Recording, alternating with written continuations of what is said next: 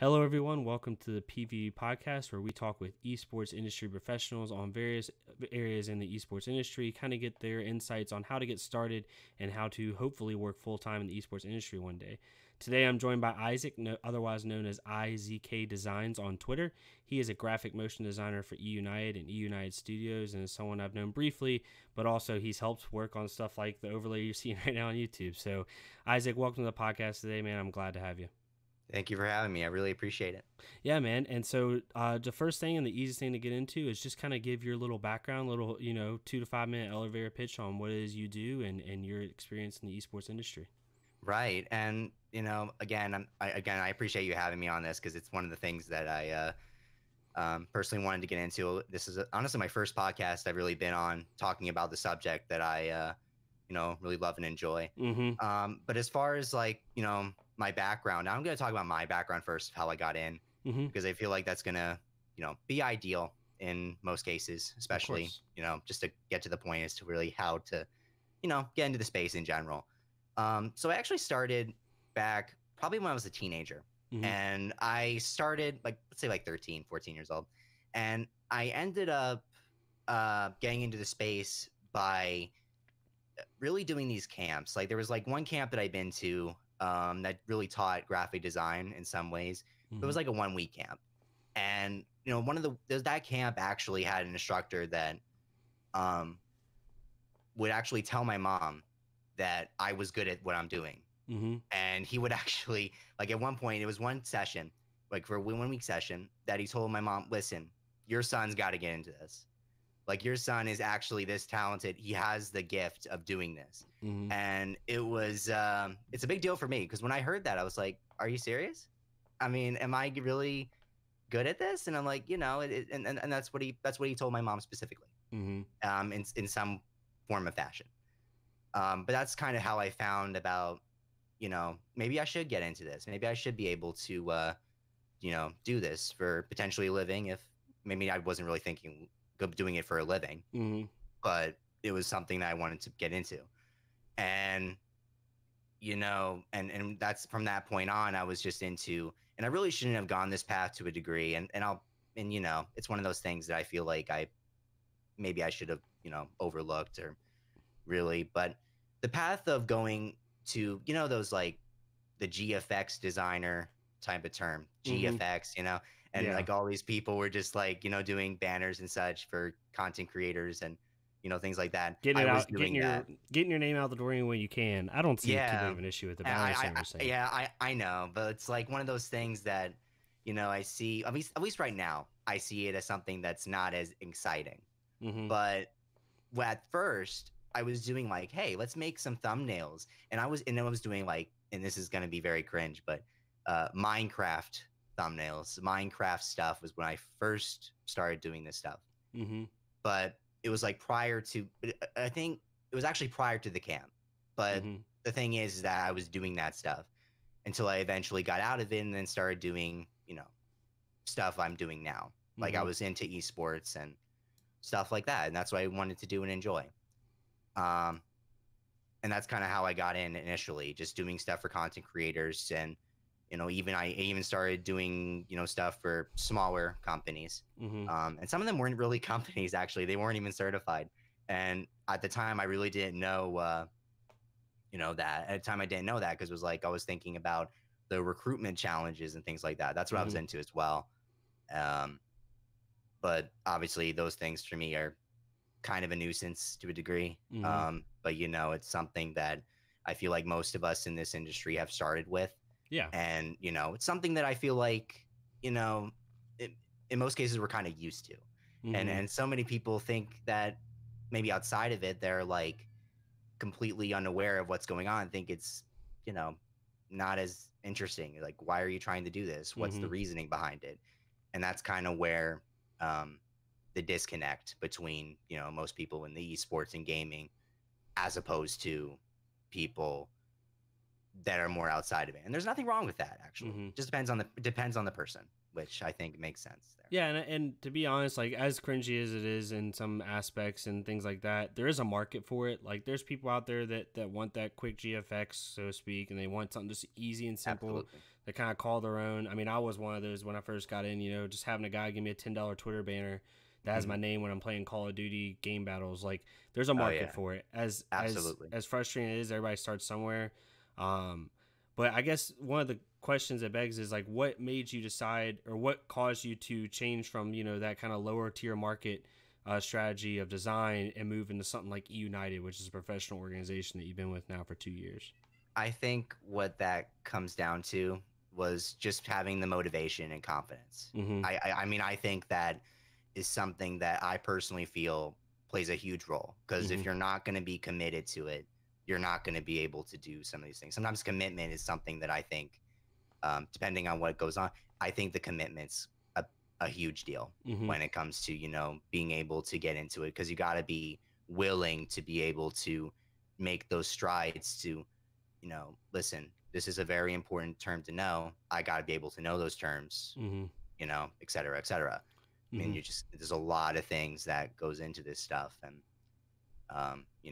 being able to, learn all that and be willing to go make those decisions for yourself is something that I think is pretty huge in my opinion. So Yeah. making that jump comes down to that, in my opinion. Yeah, I agree. And I think that's a perfect segue, honestly, into the getting started segment that we go through is like, what were some of the things you were doing yourself, just getting into design, getting into your feet wet in the esports and gaming scene? What did you do to set yourself up for success that you could tell others to maybe try to emulate or, just look at for inspiration when it comes to getting started in design and media design within the esports industry? Yeah. And one of the things that I think is good practice, and something I really should have, you know, took along prior to really doing a lot of this. But really, I mean, I personally wasn't really into that stuff, because it was like, it's not gaming, Mm-hmm. like it's not any of that stuff. But really, it's doing stuff that maybe that's not necessarily esports or Mm-hmm. anything related, but something that you enjoy. Mm-hmm. And I think doing what you love can play a factor, into doing it. Because sometimes you're not going to want to do, this type of stuff for Mm-hmm. the specific industry you're in. You want to try different things. And I think being able to do that is something that I think is a good practice, in my opinion, to do, because of the amount of things that you'll be able to know. Like sometimes there's a technique that you may have not, found out about, or maybe there's something that Mm-hmm. you wanted to try, and you wanted to give it a go. Maybe you might apply it to something different later on, Mm-hmm. and that's something that I think um, is a good practice on its own. Yeah, I And think I think stressing that, I've always stressed that to other people. It sounds so cliche, but like I was just having a yeah, conversation with a friend yesterday about it. They're trying to make like a pretty important career changing move, and it's like just do what you love doing. Because if you don't do what you love doing, you're gonna get burnt out on it. I don't care exactly. about the fake it till you make it aspect of it or whatever it is. Like especially with content creation or any creative practice, you are gonna get burnt out. You're already gonna get burnt out enough when you love what you're doing. You just are. I don't care who says anything. Everybody's been burnt out at some point, no matter how much they love what Right. they're doing. So if you Exactly. don't love what you're doing, you're just not going to be in it for the long haul. It's not going to last. Yeah, exactly. And the other thing that I feel is, a huge deal, and, Mm-hmm. and a huge practice in that case, like not only just doing what you love, but also being able to, like, be able to, apply the, different things to other applications. Like sometimes, you may want to learn, you know, this type of thing. Like sometimes there's different applications for different things Mm-hmm.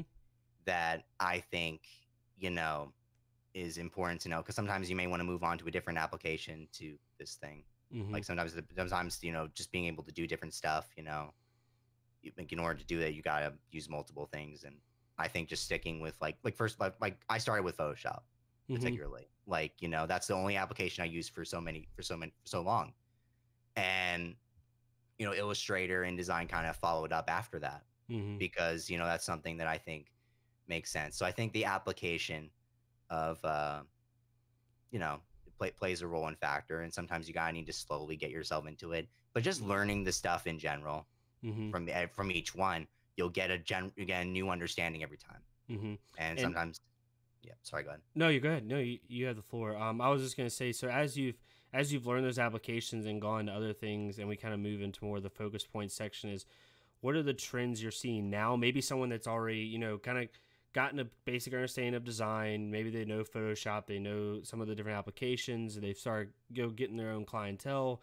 What are some of the things that people can be focusing on right now in order to set themselves up for success? Maybe they're trying to get a job with like someone like at eUnited Studios, Mhm. and maybe what is a identifying trend you see in design that they can really focus on to maybe make themselves stand out to as Well, opposed to their peers? Well, when it comes to, the esports type of industry, like right now, like we see a lot of the trendsetters being, the 100 Thieves and, Mm-hmm. the Sentinels. Actually, I think Sentinels are doing a terrific job, by the way. Mm-hmm. And, just a lot of those, organizations that may be at the top tier, but they're the ones that are kind of setting a lot of this trends. And when really those people that work for them, they're responsible for it. Mm-hmm. And I even know some of those people too, and they're fantastic people. And it's one of those things that I think is important to know. And I mean, yeah, it's not necessarily important to really dwell on a lot of these trends, but making it your own is something that I think is a big deal. But as far as the trends go, I mean, I've been seeing a lot of these clean, minimalistic stuff, and when we initially got into that at one point, and we were like, afterward, it was like, okay, maybe it might be best to kind of spice it up a little bit, Mm-hmm. as for me and from United, like as I was working on a lot of the stuff, the new stuff that's out right now, it was something that I wanted to look at was like maybe I might try making these kinds of elements, Mm-hmm. um, a little different to what it is. And that's my goal every time. I'm always trying to make it a little different, but still applying those kinds of trends. So we have been seeing a lot of these clean, minimalistic type of stuff, but also kind of a little bit of noise, kind of a light, Mm-hmm. grunge amount of it, but just something that's a little more, it's apparent, but it's not necessarily um, over. Very good. Keep going. You're fine. Keep talking. Yeah, but let me as I'm trying to get my camera back. It's all There we live. go. We're good. All right, we're good. We're good. We're All fine. right, we're good. We're safe. Um, but yeah, as I'm trying to get this back, was I just did. Um, yeah, I think the one of the most important things, from that in that perspective, Mm-hmm. not just being able to, do those trends. Not saying you have to. I mean, sometimes you don't even have to, but I mean, applying some kind of form into that is Mm-hmm. something that I think is good, Mm-hmm. but obviously not something that's required, Yeah, the which I think. minimalistic thing is really cool. You say that, like, not just in regular design, but even apparel design. Like, I am not bashing these companies at all because I bought their merchandise and I love their stuff. Like, 100 Thieves is Yeah, one. Genji's collection they just came out with, like, yeah, super I saw that. minimalistic, like almost insanely minimalistic. Like, it's Hmm. just their logo for the most part. It's just kind of in different areas, but at the same time, that's what consumers are liking right now. That's what they're looking at. So, like, kind of bounce, and tell me if I'm wrong with this, but you would say like some kind of an up and coming designer, maybe looking at what do organizations care about, and then how can I apply my own creative spin to that. Might be a useful thing to do. Maybe. Yeah, I, Mm-hmm. I would say, just being able to, just be able to, like, obviously, I mean, sometimes those up and coming people, Mm-hmm. I mean, there's really nothing wrong with it. Like sometimes, they do a good job, and other times it depends on the consistency, Mm-hmm. of what going into that. But of course, but aside from that, though, yeah, I would say, if you're able to pull some of that off, or at least something that kind of intrigues, those kinds of organizations. Not saying esports is really going to be that intriguing, Mm-hmm. because sometimes because they're really a lot of them are going to be looking at more stuff that are outside of it. Like, are you able to perform this task, Mm-hmm. or you have a great understanding of this? Not saying it has to be esports. Like if you know George Nowak, Mm-hmm. George, um, I was watching one of his streams one time, and he actually mentioned that I started doing design, not necessarily in esports, but I was able to, like, layouts and stuff like that. Mm-hmm. He started with that, and then ultimately applied that understanding and those principles to be able to do that. And I think that's very important. Mm-hmm. So I would definitely, you know, say that it's very important in that regard to not only, have the understanding of, this is what they like, but it doesn't mean I have to do what they like, Mm-hmm. but also just being able to have that understanding of that. Of course, and I know you already mentioned obviously eUnited is someone anyone should look to for design influence. But other than eUnited and the United Studios, and you mentioned Sentinels, who are some just quick like examples you would throw out there for someone that's like I don't know where to start when I look at like people that are kind of saying the trends and kind of progressing things forward with design. Like where would you tell people to look when it comes to that, just to kind of get step one solved, so to speak? I would definitely look at Behance and Dribble, those kinds of websites. I would even look at Pinterest sometimes, Mm-hmm. depending on where you go. Mm-hmm. But those are the three main ones that I would personally go to, Okay. which I think is very important. And like just to have those types of things, maybe not important, but just like, I mean, you can really find anything anywhere, Mm-hmm. even if you're just going out. Of course, nobody's really going out right now. Mm-hmm. But like, it's something that I personally think it can really come from anywhere. Doesn't have to be from a specific organization or company. It Mm-hmm. just has to be from maybe those kinds of websites or, you know, whatever you feel is inspiring to you. Okay. And as we move into kind of like the state of the industry and the state of design, we've already talked about minimalistic things and more of cleaner versions, but what do you think is the state of design industry right now, particularly within esports, good and bad? What is your overall assessment of if you were talking to somebody who didn't know anything about it, maybe they're a designer in a completely different lane, what would your answer be to them when they're like, hey, what's the state of your industry right now? Like what's going on? For me, that's kind of a tough question I know because it's very right broad. now it's like, you know, we don't know. Like, Mm-hmm. we don't know exactly where it's going to be Mm-hmm. in like the next 5 to 10 years. Mm-hmm. Because I think, like, right now, at least from my perspective, it's still kind of up in the air. Mm-hmm. And I think from the state of it, we're in a good spot, but we got to continue that momentum. Mm-hmm. And I think that's an important thing to know is yeah, esports is not necessarily, I'm going to say at least not all of it is necessarily mainstream, Mm-hmm. because a lot of game titles are in a spot where they're not necessarily main titles, Mm-hmm. or they're just like do we really want to broadcast this? It's understood that like Call of Duty, I'm not saying that it's a terrible game. Like, Of I mean, course. plus United is has been in it, and honestly, I mean, going back to the championship years, I mean, those were like the best years for me working at United, and I think it's a big deal for a lot of people, and everybody enjoys it. Mm-hmm. For those that do, and but I'm talking about from like a mainstream media perspective. It, it's related to how you know armed weapons definitely plays a factor from the mainstream type of thing. Like, do we really want to broadcast this to other people that may not understand it, Mm-hmm. or is it something that's going to be like? But then we have movies and stuff like that include that stuff. Mm-hmm. So why not video game stuff? That's kind of where I'm kind of at a loss. But Mm-hmm. obviously that plays its own role.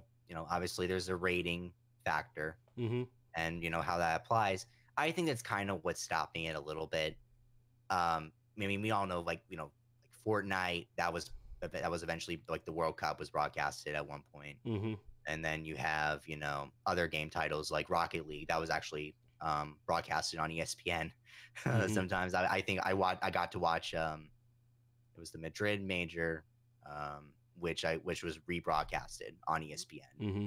And obviously that's one of the things I will say. I think we're definitely in a good position from a community standpoint. Mm-hmm. Yeah. I won't say we're fully there yet from a Yep. mainstream I standpoint. think Call of Duty is a tricky one because it's so war focused. But you have seen games like CS:GO has been on ESPN before. Street Fighter has been on ESPN. Street Fighter I mean, it's one on one. It's kind of arcadish, but it is. I mean, it's fighting. And then in Yeah, traditional absolutely. sports, you have the UFC, which arguably is one of the bigger like pay-per-view style sports. Oh yeah. So it's definitely possible. I think it's just. I think it all depends on what the state of the world is from like a geopolitical perspective. That's a whole nother conversation. A whole nother Yeah, a conversation. whole other conversation. Absolutely. But those are definitely good points. So as we move now into my favorite topic that I say every single one, which is the failures aspect, is like we were talking about this before the podcast for anyone listening, is like, how do we go about doing this section of the podcast? Because there's a lot of different ways you could go about it. And what I told Isaac and what he's going to relay to you is like, what could you wish you have told yourself just getting in an industry, like some things to avoid, like some of the failures you've had personally within design, maybe how you've conducted yourself in esports, whatever it is, something that you could save someone else from making that same mistake and be able to progress quicker. I think when it comes to failures, like I mentioned this already, I think I mentioned it already. No, maybe actually I didn't. It was actually something a little different. So one of the failures that I feel, comes into play, and I think it comes from a specific standpoint that for me personally, it's hard for me to really, talk about it. But like, obviously we're young, Of like, course. and it's just, like sometimes, there are mistakes that have been made, from a standpoint where maybe I've said something that I feel like I shouldn't have or anything like that. But I think one of the failures that I really struggle with and still kind of do, depending on what it is being able to try to be as conservative about what you say on social media. Mm-hmm. And I think obviously that maybe not necessarily design related, but I think it applies to everybody. Sometimes people say stuff on social media that really shouldn't be said, or Mm-hmm. maybe it's just worded differently, that it's interpreted differently. Mm-hmm. And I think, depending on the circumstances, what you say, once it's out there, it's out there. And I think, especially if you're a designer, you're trying to engage with your clients. Mm-hmm. You're not necessarily looking to be, doing like say you put on some video of, something ridiculous, and I don't know else. I don't know what the right example that would be, Mm-hmm. but it would be something that, you know, you just got to be wary of what you're putting out there and what you're saying.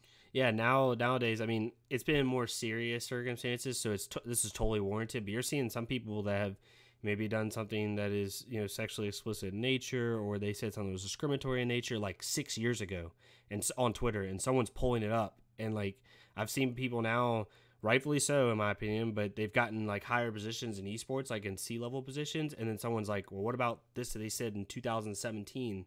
On Twitter, and it's like some misogynistic comment or something like that, and they lost their position because of it. I'm making this a factor because like some people don't realize, like I don't think I've definitely haven't said anything that drastic, but I've said some stuff that like I wish I would have said when I was like 16, 17 years old on Twitter. But like you said, like even a lot of people in this industry are young, and they don't honestly think about like what they say. What you say matters. It doesn't matter at this point in our country, in our world. It doesn't matter what your age is, really. Whether you're 17 or 27, like it doesn't matter. It's still going to affect you professionally. Right. And one of the other things that I'm just going to break this as an example. Of course, it's already been mentioned, but like out there, it's already out there. Mm-hmm. But like like one of the people that I personally have looked up to, he used to work in the Overwatch League. I'm not really going to say his name, Mm-hmm. but like, but he had some whole issues with sexual misconduct. Mm-hmm. And I feel like, it hurts when I say it, because I congratulated him on his position when he got in. And I was like a private conversation. And I felt absolutely, maybe not devastated, but like I didn't even really feel bad for the guy personally. Mm-hmm. But the fact of the matter is, I congratulated him on his accomplishments. Mm-hmm. And this is how he handles everything.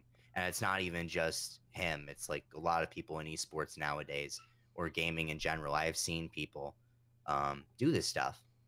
Not even that, but like everywhere. And it's just, it's definitely a problem. And obviously that's a whole different topic for another day. Mm-hmm. But it really, it just hurts me.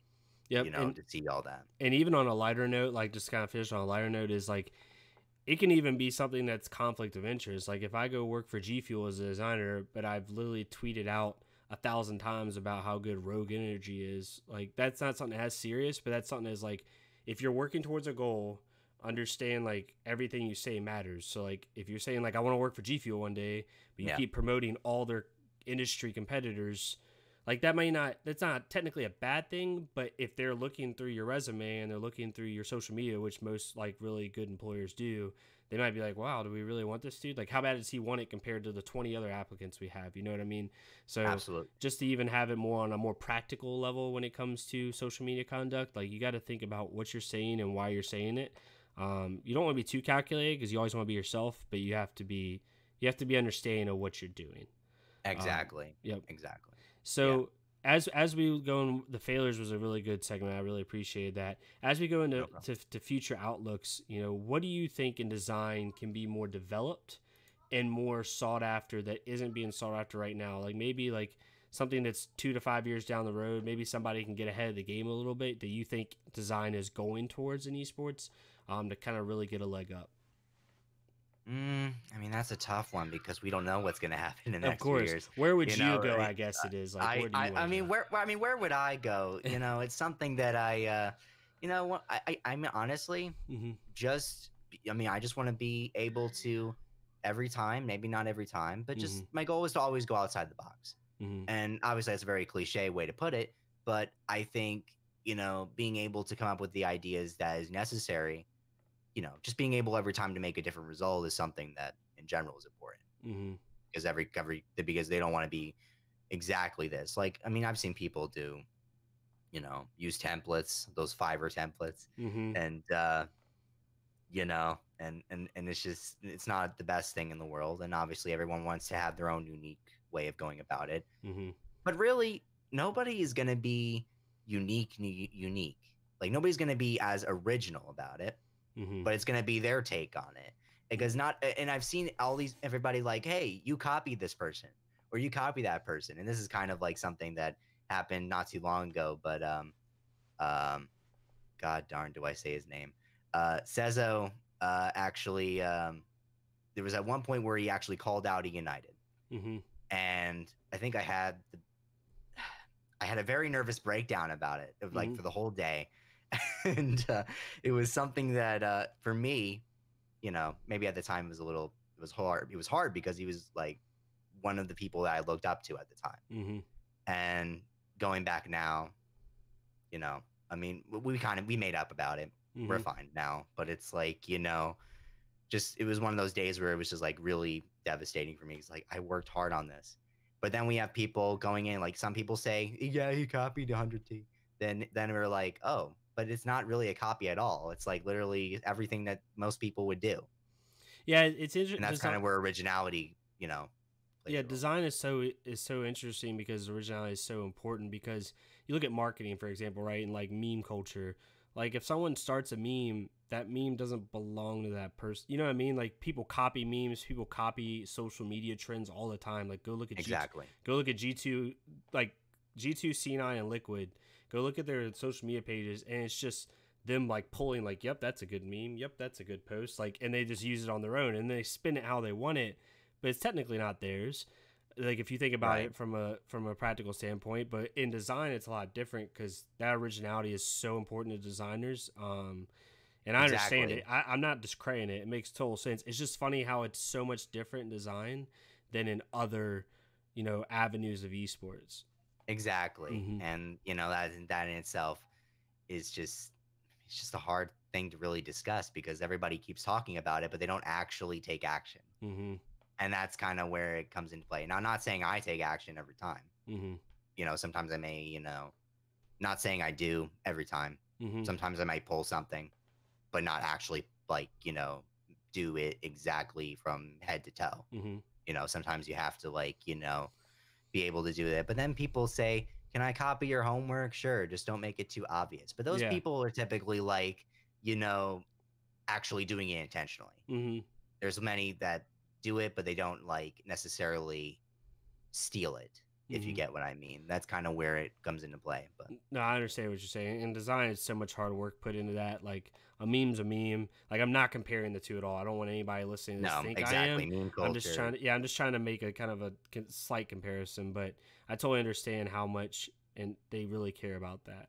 So Right. you're saying for future outlooks is just focus on being original and looking at like looking ahead to what you can do more so than just following what everybody else is doing. Exactly. Mm-hmm. Okay. So as we get into the last section here, it's been really good conversation. I wanted to give Isaac the floor on this because this is something really important to him. It's a really unique dealer's choice for anyone listening. I highly suggest that you adhere to what he's going to say because when he told me it was very unique. So I'm going to shut up and I'm going to let Isaac take the floor on this. And Isaac, for your dealer's choice, what you want to talk about today is completely on you, man. Thank you so much. And this is something that I've been meaning to share for some people, for most, well, not somebody, but really anybody who's, wants to, be able to hear this. And I think everybody, for those that are struggling with a lot of what I'm going through, and which I will explain, I think it's best to hear this. And I think it's important to, be able to, take this and, I think apply it to a lot of different things.